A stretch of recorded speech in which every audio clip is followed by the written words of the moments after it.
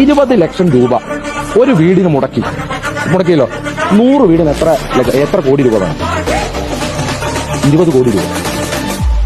200 വീടിന് എത്ര വേണം? 40 കോടി. 300 വീടിന് 60 കോടി.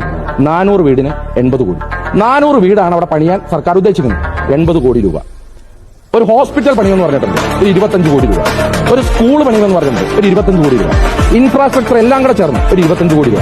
എന്ന് പറഞ്ഞാൽ എത്ര മുടക്കിയാലും എന്തൊക്കെ കാണിച്ചാലും 150 കോടി രൂപയുടെ മുകളിൽ വരില്ല. ഈ 750 കോടിയുടെ ബാക്കി കോടി എവിടെ അറിയില്ല. ഈ ഊരാളുങ്കൽ ലേബർ കോപ്പറേറ്റീവ് സൊസൈറ്റിക്ക് ഏത് ടെൻഡറിന്റെ അടിസ്ഥാനത്തിൽ ഇവർക്ക് കൊടുത്തിരിക്കുന്നത്? ഈ 750 കോടിയുടെ ബാക്കി തുക എങ്ങോട്ടാ പോകുന്നത്? അപ്പൊ ആ ചോദ്യങ്ങൾ വരാനിരിക്കുന്നേ ഉള്ളൂ.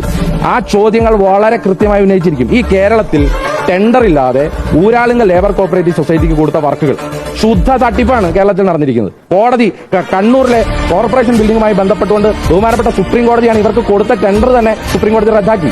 വയനാട് നടന്നത് കാട്ടുകൊള്ളയാണ്. 750 കോടി രൂപയുടെ പ്രൊജക്ട് കൊടുത്തിട്ട് 150 കോടിക്ക് മുകളിൽ പോലും ചിലവില്ലാത്ത ഒരു പ്രൊജക്ടാണ് ഒരു ടെൻഡർ പോലും കൊടുക്കാതെ ഊരാളുങ്കൽ ലേബർ കോപ്പറേറ്റീവ് സൊസൈറ്റി കൊടുത്തത്. എന്ന് പറഞ്ഞാൽ ഈ കൊടുത്ത ഡിവൈഎഫ്ഐ കൊടുത്ത 20 കോടി ഉണ്ടല്ലോ, അത് മറ്റൊരു തരത്തിൽ പാർട്ടി അക്കൗണ്ടിലേക്ക് 40-50 കോടിയായിട്ട് തിരിച്ചു വരുമെന്നുള്ള ആരോപണം ആണ് ഇന്ന് നിലവിലുള്ളത്. അത് ഞങ്ങൾ വീണ്ടും ഉന്നയിക്കും.